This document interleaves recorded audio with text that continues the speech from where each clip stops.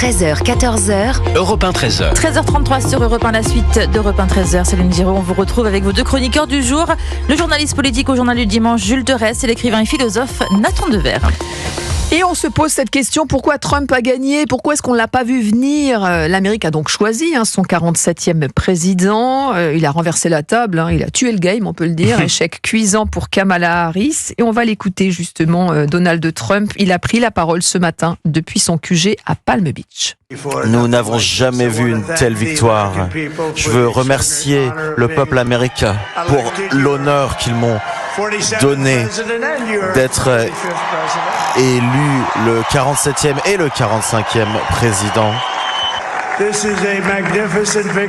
Cette victoire est magnifique. Elle est pour le peuple américain. Elle va nous permettre de rendre sa grandeur à l'Amérique. Voilà, Donald Trump au petit matin, voilà, un raz-de-marée républicain. La victoire de l'Amérique profonde, Jules Terès, la révolte contre les élites. C'est la grande revanche des rednecks, de l'américain moyen finalement. Donald Trump, dès le début, il a dit qu'il ferait campagne pour eux, America First. Ça veut pas dire l'Amérique. Avec le même slogan d'ailleurs qu'il y a 4 ans, Make America Great Again. Et surtout America First, c'est-à-dire non pas l'Amérique en première, mais les Américains en premier. Et je pense que c'est surtout sur ça, au-delà de l'aspect génie de campagne, il a fait une campagne incroyable qui, à mon avis, ne correspond pas tout à fait aux standards français. Une brutalité et d'une vulgarité aussi. Une brutalité, une violence, un populisme que nous, on n'a jamais vu aujourd'hui en France, mais qui, force est de constater, plaît aux Américains. Et surtout, mais Donald Trump, au-delà de ça, il a fait une campagne sur le fond. C'est-à-dire que il a dit qu'il romprait avec la politique inflationniste et visiblement, les Américains lui ont fait confiance sur cette question-là. Il a pris le sujet migratoire à bras-le-corps quand Kamala Harris, mine de rien, a un petit peu fait campagne sur sa propre personne. C'est-à-dire que son programme, c'était, mine de rien, je serai sans doute la première femme noire à être présidente de la République. Malheureusement, je ne suis pas sûr que ça fasse un programme. Visiblement, les Américains non plus. Et surtout, là où Trump a performé, c'est chez l'électorat latino. Oui, et c'est ça qu'on dit, c'est que on l'a qualifié, certains médias, que ce soit outre-Atlantique ou en France, nous ont dit pendant des semaines et des semaines que il était fasciste, que les femmes ne voteraient pas pour lui, mais on voit bien que il performe plutôt chez les femmes plus que dans les sondages, il performe chez les minorités où il gagne des points. Donc voilà, c'est pas du tout. Et surtout, moi, il y a quand même une petite dédicace à notre ancien président de la République, François Hollande, qui nous a dit que l'économie mondiale allait être chahutée si Donald Trump était réélu. On a toutes les bourses qui flambent, tout le dollar. Enfin, c'est exceptionnel. Le Bitcoin à 75 000 $. Voilà. Donc voilà, au final, c'est une grande surprise que la marée soit aussi rouge. Nathan Dever, la clé du succès selon vous ? Il y en a plusieurs. Oui. D'abord, il faut dire que d'un point de vue stratégique, politique, c'est un succès qui est un exploit quasiment sans précédent dans la vie politique américaine.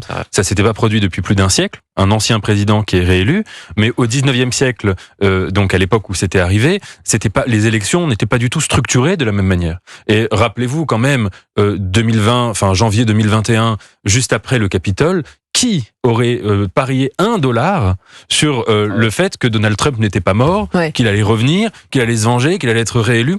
C'est hallucinant. Je pense qu'il y a deux facteurs, il y en a plein, mais j'aimerais en dire deux. Le premier, c'est que Donald Trump est quelqu'un, on le voit depuis sa première élection, les primaires des Républicains en 2015-2016, c'est quelqu'un qui survit à tout. Il est quoi, insubmersible, et il a fait tellement de choses qui auraient tué politiquement n'importe qui à sa place. Ses propos sur les femmes, la manière dont il attaquait ses rivaux à la première primaire des Républicains sur leur physique. On va pas rappeler sa tentative au Capitole, etc. Et finalement, tout lui réussit, comme il avait dit dans une conférence de presse en 2016, il avait dit « Si j'allais sur la 5e avenue, que je prenais un pistolet et que je tuais un piéton au hasard, je ne perdrais pas un point dans les sondages. » Et il avait raison. Il a derrière lui des électeurs qui lui pardonnent tout. C'est très inquiétant, je pense, pour notre démocratie. Première chose. La deuxième clé, c'est la nullité de la gauche. La nullité des démocrates. Enfin, je veux dire, c'est quand même lunaire. Kamala Harris, après, quand même, tous les précédents. On peut pas dire que maintenant, on savait pas. Il y a eu l'échec de la campagne Hillary Clinton. Elle a refait rigoureusement la même chose. Cette manière de faire venir des stars hollywoodiennes hollywoodiennes, multimillionnaires, qui viennent expliquer avec des slogans qui sont creux, qui sont d'une bêtise absolue, dont on sent que c'est écrit par des communicants, qui n'y connaissent rien, qui n'en pensent pas un mot, et qui viennent comme ça expliquer... Taylor Swift, par exemple. Mais il y en a eu tellement, il y en a eu plein. Et je veux dire, c'était ce qu'a fait Hillary Clinton, elle avait fait toute sa campagne en 2016 là-dessus. Donc erreur de casting, mauvaise pioche sur toute la ligne. Mais bien sûr. Et alors, moi, j'étais absolument pas... D'abord, je connais pas les États-Unis, j'ai aucune légitimité, et je l'avais dit les derniers jours, j'étais pas convaincu que Trump allait être réélu, ça me semblait quand même énorme. Mais en tout cas, je l'avais dit depuis le début que je trouvais que c'était une mauvaise candidate. Quelqu'un comme Michelle Obama à sa place aurait été, par exemple, beaucoup plus de légitimité, avec un vrai parcours, avec quelque chose. Elle voulait pas se lancer. Mais c'est quand même lunaire de voir que les démocrates n'auront été capables... pas tirer les leçons de l'échec. Bien sûr. Et en fait, après Barack Obama, ils ont fait émerger qui comme figure? Hillary Clinton, c'est-à-dire absolument pas la nouveauté. Ça a été, on a vu la réussite que ça a donné. Joe Biden, c'est-à-dire quelqu'un... Joe Biden ne gagne pas parce qu'il est Joe Biden. En plus, il gagne par rejet de Exactement, par rejet. Et ensuite, Kamala Harris, c'est affligeant. Alors pourquoi ce succès a été sous-estimé aux États-Unis? On peut aussi se poser la question. C'est vrai que voilà, on a annoncé des sondages très incertains jusqu'au bout, une élection très serrée. On va écouter Gérard Carrero, journaliste, éditorialiste et spécialiste des États-Unis. Il était l'invité de Sonia Mabrouk ce matin sur Europe 1 et CNews. Et pour lui, c'est la stratégie démocrate qui a fait défaut. Je crois que le camp démocrate, faute de mieux, a joué sur la stratégie de la peur. On a fait peur aux gens en leur disant attention, si par malheur Trump est élu, vous allez voir ce que vous allez voir. Et on a présenté le portrait robot, le fasciste, l'homme qui allait faire des guerres. Mais c'est faux ça. Et le peuple américain n'est pas tombé dans ce piège. Il a quand même gouverné l'Amérique pendant 4 ans. Est-ce qu'il a déclenché une guerre, lui ? Autre éclairage très intéressant, celui de Louis Sarkozy, essayiste. Il était sur LCI ce matin et pour lui, le fait que les minorités ont moins voté pour Kamala Harris que pour Joe Biden il y a 4 ans, eh bien c'est une humiliation pour le camp démocrate. Écoutez. Imaginez la défaite symbolique de la gauche américaine. On explique à la population américaine depuis 8 ans que Donald Trump est un raciste. On met en face de lui une femme de couleur noire. Elle récolte 20% de moins du vote noir que d'habitude. Elle perd, on explique que c'est un xénophobe qui déteste les latinos.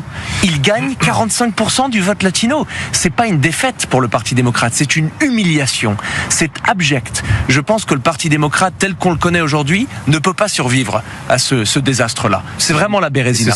Ouais, Jules Torres, une réaction. Non, c'est évidemment une bérésina, mais c'est un petit peu ce qu'on a dit avec Nathan, c'est qu'on a aujourd'hui finalement une gauche qui ressemble un petit peu à notre gauche française, qui refuse d'aller sur les sujets qui intéressent. Vous voyez, Kamala Harris, je disais qu'elle avait fait une campagne sur elle, sur son image, sur le fait qu'elle était femme et qu'elle était noire et qu'elle serait la première femme noire présidente des États-Unis. Mais il y a aussi une autre question, ça a été celle du droit à l'avortement, qui est quelque chose évidemment d'essentiel, quels que soient les pays, en tout cas dans les pays occidentaux, c'est vraiment quelque chose d'important. Et finalement, on voit que le tapage qu'il y a eu sur cette question-là pendant toute la campagne américaine, eh bien, n'a pas motivé les femmes américaines à aller voter pour Kamala Harris. Alors évidemment, elle fait 54% chez les femmes. C'est beaucoup plus que Donald Trump, mais c'est beaucoup moins qu'espéré, et elle pouvait espérer bien davantage. Donc c'est vrai que il y a ce sujet-là, et c'est qu'en fait, sur la stratégie politique et le programme, en tout cas, qui a été défendu, ils se sont, voilà, c'est une erreur sur toute la ligne de A à Z. Ce qu'évoque aussi Louis Sarkozy sur le vote effectivement communautaire, latino, voilà, ça a été décisif aussi. Ça a été la clé. Oui, alors le désaccord que j'aurais cependant, c'est que je pense pas qu'on puisse dire que les accusations de racisme qui pèsent sur Donald Trump, ce soit de la calomnie ou de la diffamation.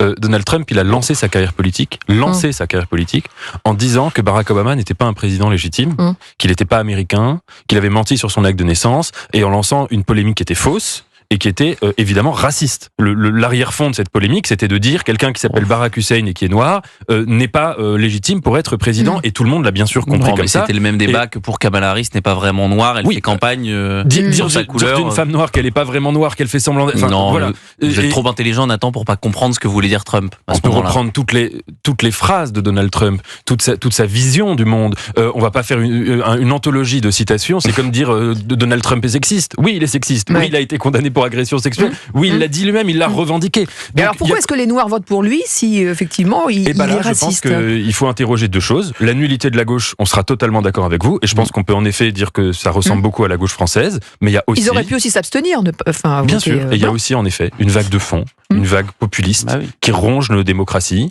qui est due en grande partie aux réseaux sociaux, qui est due au délitement du débat, qui est due au fait que, en effet, Donald Trump exerce une sorte de fascination-répulsion, mais aussi de séduction. Qu'est-ce que vous voulez dire par là? C'est la faute des réseaux sociaux?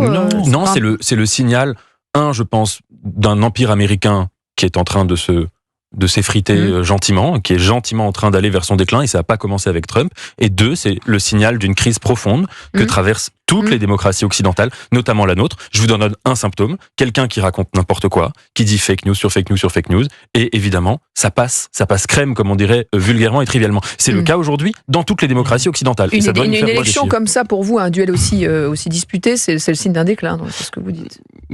Pas forcément, mais en tout cas, je pense que le véritable enseignement, moi, de cette campagne, c'est que les Américains voulaient un personnage. On parle souvent, nous, ici en France, d'incarnation, le bonapartisme. Et finalement, les Américains, ils ont choisi un personnage parce qu'on pense ce qu'on veut de Kamala Harris, mais il monte dans un camion poubelle, il va au McDo, il fait une campagne extraordinaire. La campagne, elle part quand même d'une tentative d'assassinat. Ouais. Il y en a eu deux même. Il y en a eu deux. Elle part quand même d'un débat où Donald Trump humilie quasiment Joe Biden et provoque son retrait. Ensuite, Kamala Harris arrive, elle fait tout ce qu'elle peut, mais malheureusement, elle manque de dynamisme face à quelqu'un qui aujourd'hui a 78 ans et qui... on a l'impression qu'il en a 60. C'est-à-dire que le dernier jour de campagne, il a fait 3 meetings. 3 meetings. En France, quand on a une élection présidentielle, on fait 2-3 meetings par semaine dans les 2 dernières semaines de l'élection. Bon, on continue à en parler évidemment de ce duel Harris-Trump, de cette élection. Et pourquoi est-ce que ce duel justement est devenu chez nous un événement national? Quelles conséquences pour la France, pour l'Europe? La réaction d'Emmanuel Macron, on va en parler dans quelques instants. Et vous pouvez aussi réagir au 01 80 20 39 21. Il est 13h44. Vous écoutez Céline Géraud sur Europe 1.